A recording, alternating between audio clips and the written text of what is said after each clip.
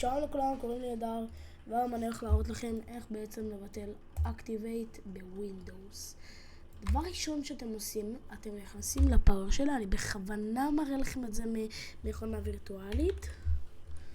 נכנסים לפאוור של ומאוד קליק ימני, אפל כמנהל.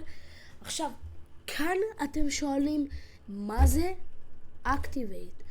אז מה זה Activate? שאתה מוריד Windows, לא משנה איזה Windows, זה 10, 11, לא יודע. ואז אומרים לך איזה גרסה אתה רוצה לבחור, פרו, הום וכל שאר כמובן. ואז אתה אומר, רגע, אני באמת יכול לבחור את הפרו בחינם? לא, אתה לא יכול, אתה צריך להכניס מפתח מוצר. אבל אחרי זה יש לך שם אפשרות לדלג על זה, ושאין לך מפתח מוצר. אתה מקבל את הווינדוס פרו, אתה אומר, וואו, עד כדי כך זה קל? לא, זה לא כזה קל. כי אחרי זה אין לך את הווינדוס המלא. בעצם, אתה לא יכול להחליף תמונה, לא יכול לגשת את כל הגדרות שתרצה.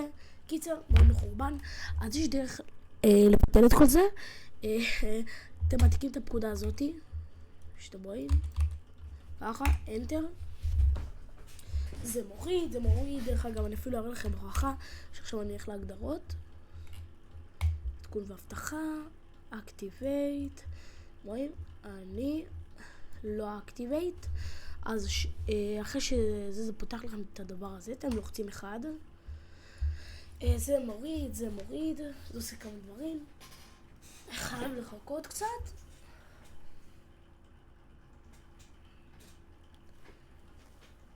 הנה זה קצת מתקדם. שאתם רואים, אנחנו בווינדוס 10 כמובן, גרסה. צריך לחכות, תיקח את זה זמן. בכל זאת זה לא כזה קל לבטל Activate בווינדוס. כפי שאתם רואים, successful. מחכים.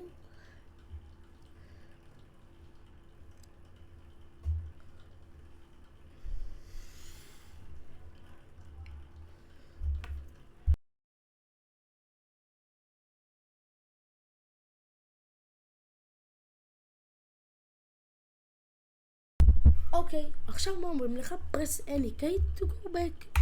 בום. עכשיו בוא נבדוק את זה. ההגדרות, עדכון והבטחה, הפעלה, בום! אנחנו עשינו את זה, תראו. אני גם הראיתי לכם הוכחות, אתם לא יכולים להגיד שאני משקר. שאתם רואים, כדי אתם רואים עדכון מפתח מוצר, מהדורה, מופעל באמצעות רישיון דיגיטלי. הנה, עכשיו, כשרואים, אני יכול לשנות כמה שאני רוצה, לשנות את הרקע. ובעצם ככה עושים את זה. בשביל עוד עדכונים, מדריכים, אני גם מתכנת, אז אם אתם רוצים שאני אעשה סדרה על איזושהי שפת תכנות שאתם רוצים ללמוד, או כל מיני דברים כאלה, פשוט תכתבו בתגובות. אני גם יודע קצת לתכנת במיינקראפט, לתכנת משחקים בחלונית. פשוט תכתבו בתגובות.